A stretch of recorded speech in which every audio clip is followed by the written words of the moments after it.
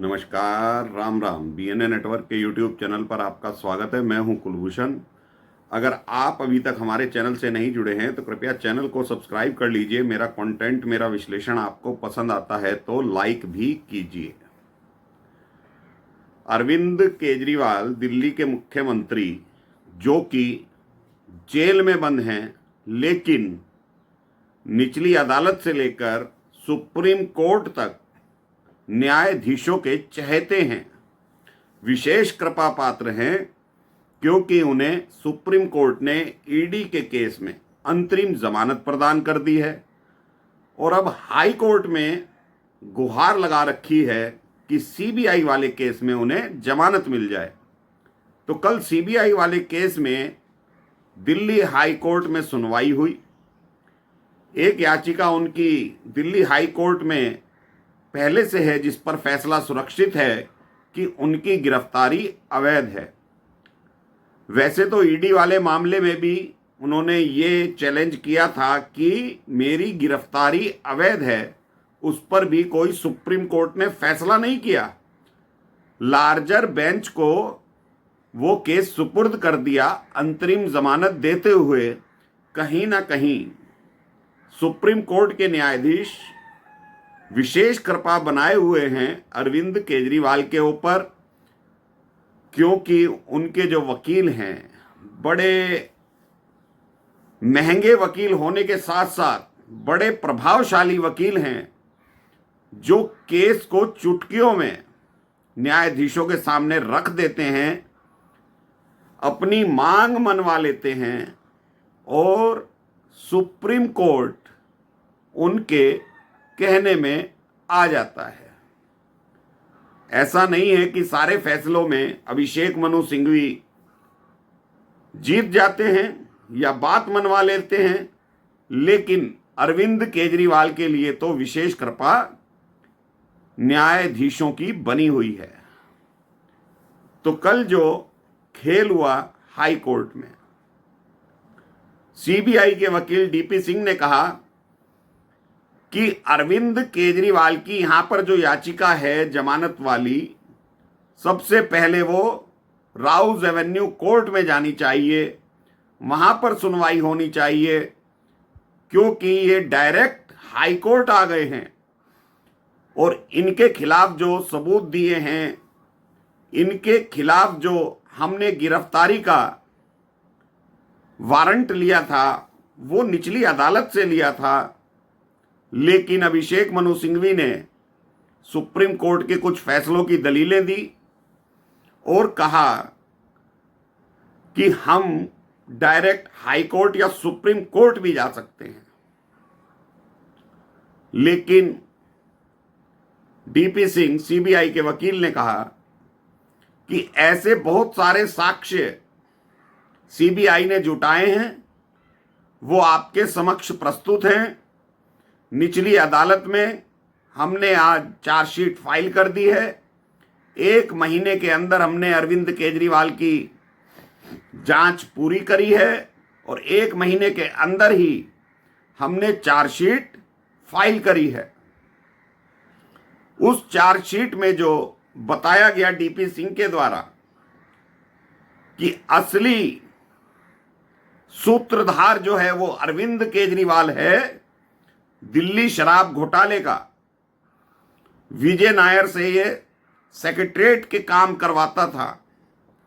विजय नायर इनकी पार्टी का मीडिया प्रभारी था, लेकिन उसे सरकारी सुविधाएं अरविंद केजरीवाल ने मुहैया करा रखी थी। अरविंद केजरीवाल के कहने पर ये नीति बनाई गई और जो सबसे पहली गिरफ्तारी हुई थी इसमें, वो विजय नायर की हुई थी। आम आदमी पार्टी का ये मीडिया प्रभारी हुआ करता था उस वक्त। तो सीबीआई ने सबसे पहले विजय नायर को गिरफ्तार किया था, उसके बाद दिनेश अरोड़ा, अमित अरोड़ा, फिर दक्षिण की लॉबी पर सीबीआई ने शिकंजा कसा था। बाद में मनीष सिसोदिया को गिरफ्तार किया गया था।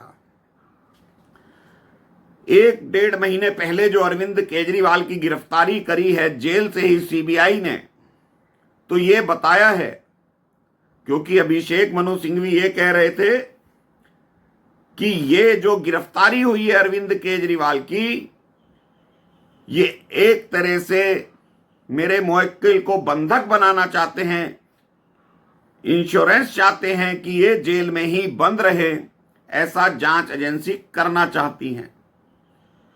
तो सीबीआई के वकील ने कहा कि माय लॉर्ड, ये जो व्यक्ति है अरविंद केजरीवाल, हमने सबसे आखिरी में हाथ इसलिए इसके ऊपर डाला क्योंकि ये प्रभावशाली व्यक्ति था, और जो हमें गहनता से हम जांच कर रहे थे, उस जांच के आधार पर अरविंद केजरीवाल की गिरफ्तारी बनती थी।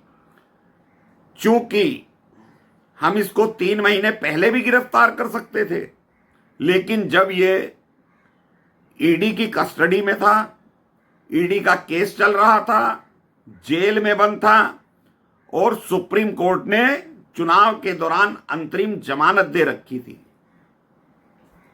इसी वजह से हमने अरविंद केजरीवाल को सबसे बाद में गिरफ्तार किया, क्योंकि ये इतना प्रभावशाली व्यक्ति है। इससे आप अंदाजा लगाइए कि 1 महीने के अंदर ही हमने सारी जांच पूरी कर ली, क्योंकि ये गवाहों को प्रभावित करता है, और जब से ये जेल में बंद है तो हमने उन सभी गवाहों के बयान ले लिए हैं, और इसके गवाह पंजाब में भी मौजूद हैं।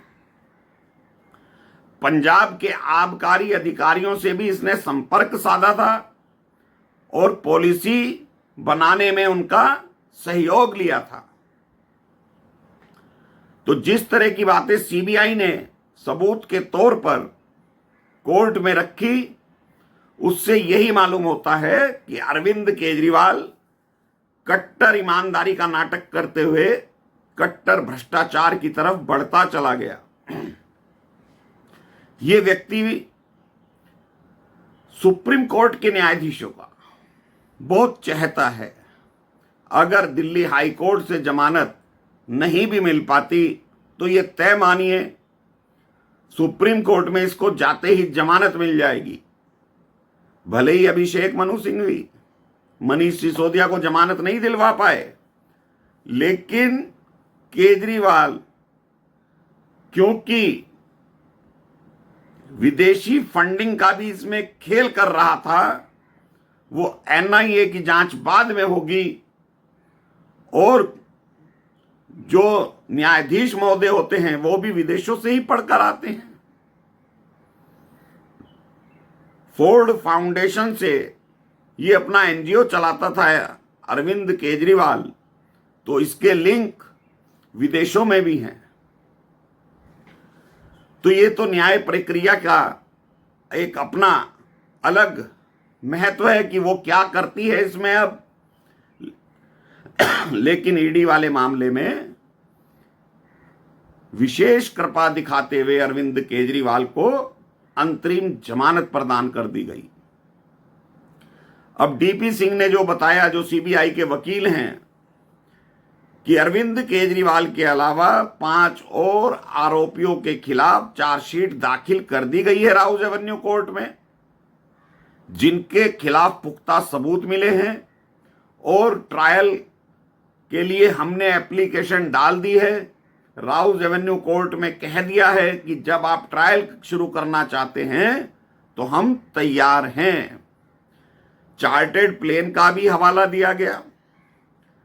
कोरोना काल का जो द्वितीय भाग था, जब दूसरी बार लॉकडाउन लगा हुआ था कोरोना काल का, तो उस वक्त हैदराबाद से चार्टर्ड प्लेन आता है अरविंद केजरीवाल से मिलने के लिए। उसमें 7-8 लोग आते हैं।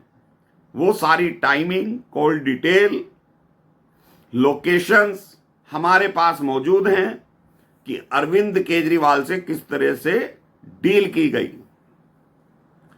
जो अरविंद केजरीवाल कहता है कि मेरा तो कहीं नाम ही नहीं है, मुझे तो मालूम ही नहीं है, तो डीपी सिंह ने कहा कि इस व्यक्ति के कहने से ही ये नीति बनाई गई और इसने सारे अधिकार मनीष सिसोदिया को दिए। बिचौलिए के रूप में विजय नायर से काम करवाया। तो ये व्यक्ति 100 करोड़ रुपए के घूस लेने में भी शामिल है। जिन जिन व्यक्तियों के नाम सीबीआई ने लिए हैं उसमें शरद चंद्र रेड्डी का भी नाम है, आशीष माथुर का भी नाम है, अमित अरोड़ा का भी नाम है। तो कुल मिला के 5 और आरोपियों के खिलाफ चार्जशीट दाखिल की गई है। के कविता से भी अरविंद केजरीवाल के संबंध बताए गए हैं कि किस तरह से अरविंद केजरीवाल भगवंत मान के साथ जाकर के कविता से मिलते थे, क्योंकि केजरीवाल के पास या दिल्ली सरकार के पास अपना कोई विमान नहीं है। तो पंजाब सरकार के पास विमान है, वहां केजरीवाल की पार्टी की सरकार है। तो भगवंत मान को लेकर ये जाया करते थे। और जिस तरह के खुलासे सीबीआई ने और किए हैं और ये बताया है कोर्ट को कि जो सी अरविंद थे आईएएस अधिकारी, आबकारी सचिव, उनके बयान दर्ज हैं और एक ही दिन में रात को 2 बजे तक 15 लोगों के शराब नीति पर साइन कराए गए। उसमें सी अरविंद ने 164 के तहत मजिस्ट्रेट के सामने बयान भी दर्ज कराए थे। सीधा सीधा उन्होंने कहा था कि अरविंद केजरीवाल ने ही मुझे फाइल दी थी कि ऐसी शराब नीति बननी चाहिए। और दोस्तों, जो सरकारी फाइल होती है, कोई भी रूपरेखा या नीति बनती है, उसको फाइल चलाने में ही महीनों लग जाते हैं। लेकिन जो ड्राफ्ट को अंतिम रूप दिया गया, कैबिनेट की बैठक बुलाई गई, जीओएम की बैठक बुलाई गई, उसमें अरविंद केजरीवाल के भी सिग्नेचर हैं। 15 लोगों के उस फाइल पर साइन कराए गए। क्या आप सोच सकते हैं कि एक सरकारी काम के लिए 15 लोग लॉकडाउन में इकट्ठे होकर साइन कर सकते थे? लॉकडाउन में जो पूरे विश्व की बातें चल रही थी कि किसी से मिलना नहीं है, घर के अंदर कैद रहिए, तो ये 15 लोगों का समूह रात को 2 बजे तक शराब नीति को अंतिम रूप दे रहा था। तो न्यायपालिका की इस पर विशेष कृपा नहीं हुई तो 7 साल तक ये व्यक्ति जेल से बाहर आने वाला नहीं है। कल इसके वकील कह रहे थे कोर्ट से बाहर निकलने के बाद कि ट्रायल जब चलेगा तो उसमें 5-6 साल लग जाएंगे। तो हम अरविंद केजरीवाल को जेल के अंदर कैसे रख सकते हैं?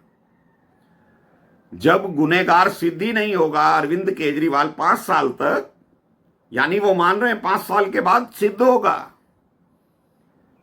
ये मीडिया में अरविंद केजरीवाल के वकील के कल के बयान हैं।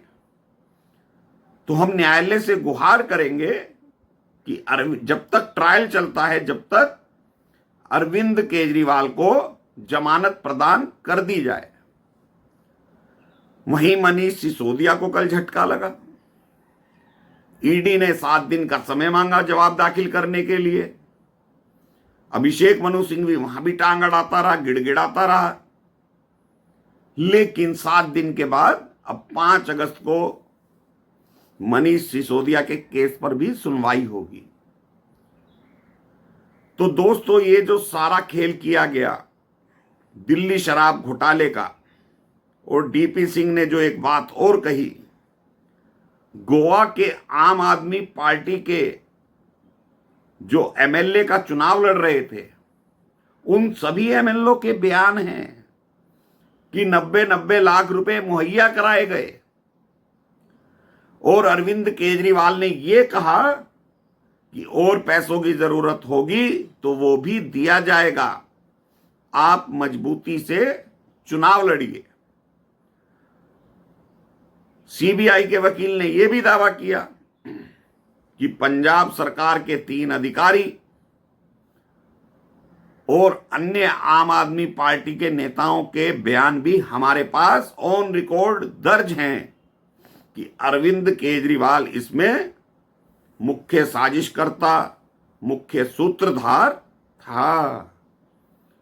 तो मनीष सिसोदिया जो इसका चेला है और अरविंद केजरीवाल, अब न्यायाधीशों की इन पर कृपा बनेगी या नहीं बनेगी, ये आने वाला वक्त बताएगा।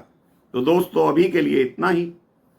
कंटेंट और विश्लेषण आपको पसंद आता है तो भरपूर लाइक कीजिए, चैनल को सब्सक्राइब कर लीजिए। धन्यवाद। नमस्कार। भारत माता की जय।